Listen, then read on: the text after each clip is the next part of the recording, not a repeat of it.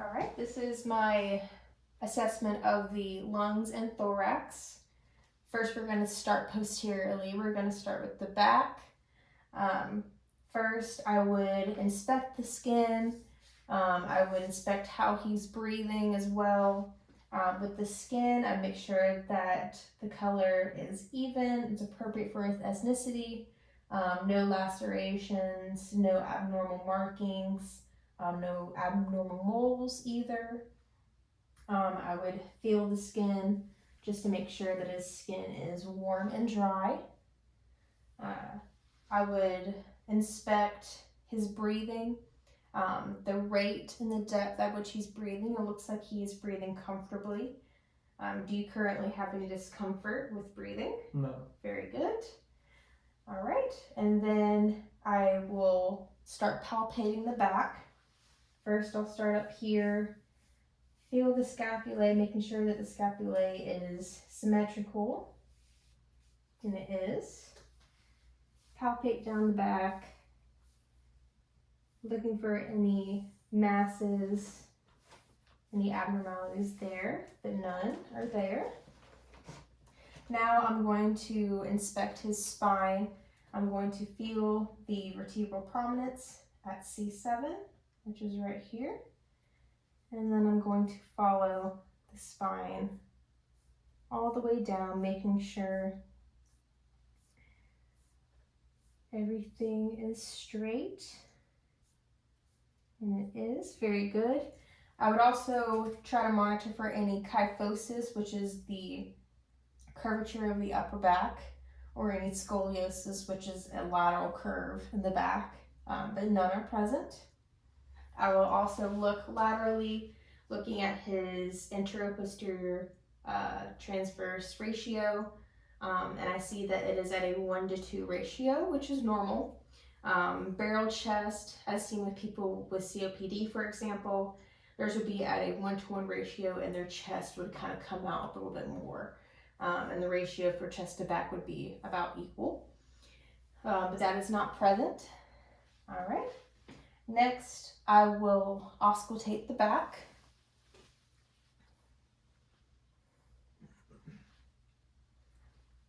All right, I'm gonna have you take deep breaths in and out through your mouth, okay? Okay.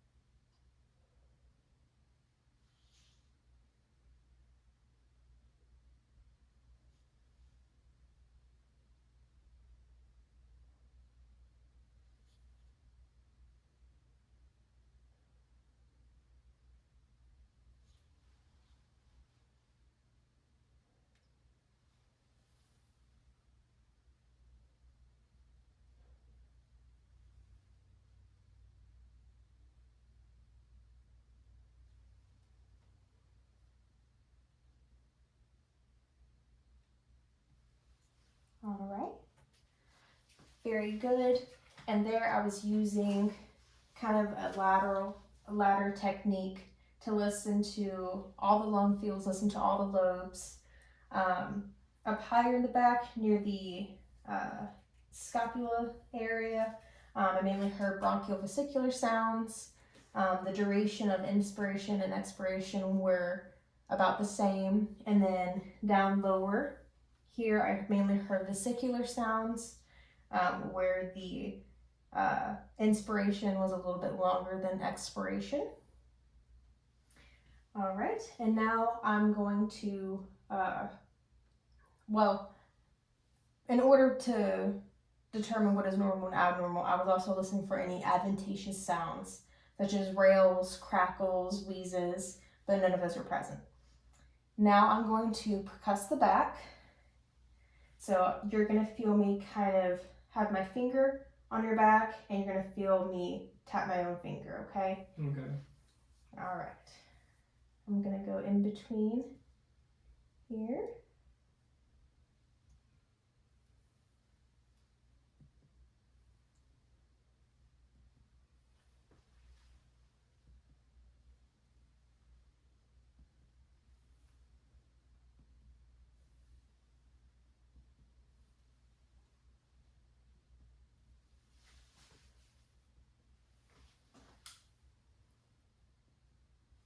All right, very good. And that is just to monitor for anything abnormal within the lungs or the chest cavity or thorax. Um, Whenever I tapped, I heard resonance. Dullness or flatness can be heard over the bones if percussed over the bone, but in between the ribs, between the intercostal spaces, I heard resonance. All right, and now I will do chest expansion, okay? So have your arms by your side. I'm going to go down. I'm going to feel this here and count down to about T9 area. All right, and I'm going to put my hands on your back. Do me a favor and take a deep breath in and breathe out fully.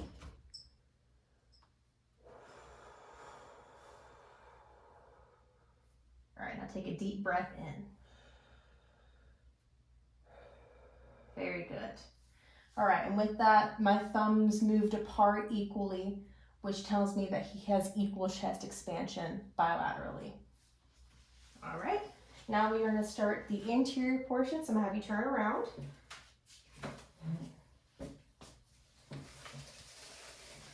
All right, so same thing posteriorly.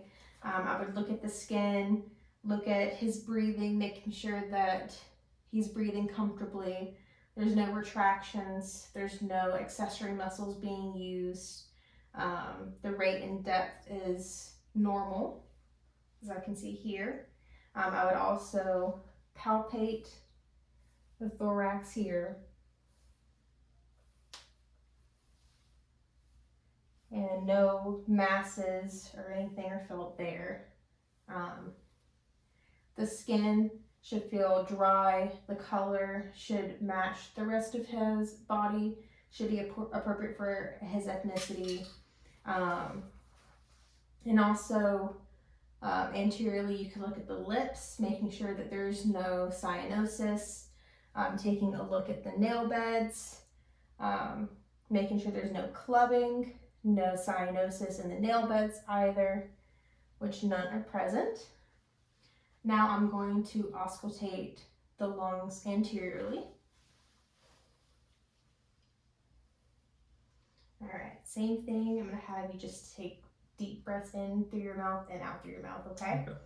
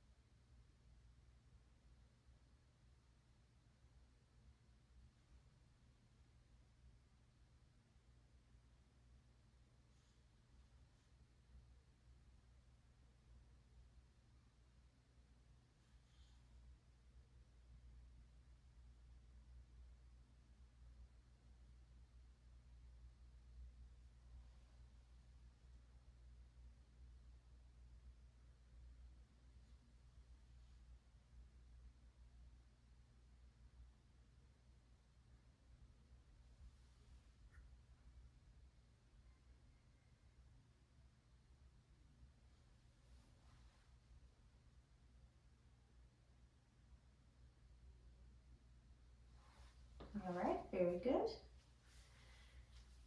All right, and by listening, I did hear some bronchial sounds up near the top portion of his thorax, which is normal. Expiration was a little bit longer than inhalation, which is also normal. Bronchiovesicular sounds around near the sternum bilaterally, and then vesicular sounds near the bottom lobes and laterally. I did not hear any adventitious sounds, no crackles, no wheezes, no stridor, anything of that nature. I've listened a full inhalation, exhalation, and all lung fields are clear, and the rate and the depth are equal bilaterally.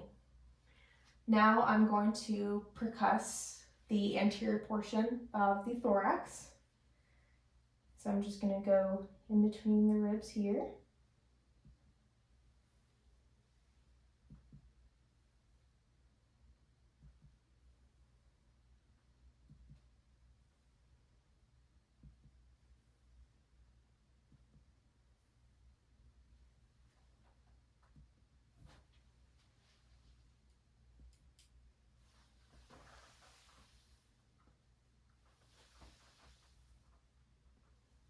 All right. So in between the intercostal spaces, I did hear resonance whenever I percussed those areas. Like I said, flatness can be heard over bone, and dullness can be heard over the heart and the liver. And then depending on the patient, tympany can be heard if you're over the stomach area as well. Alrighty. And now we will do chest expansion in the front. Okay, so I'm gonna have you sit up straight for me. Now take a deep breath in and let it all out.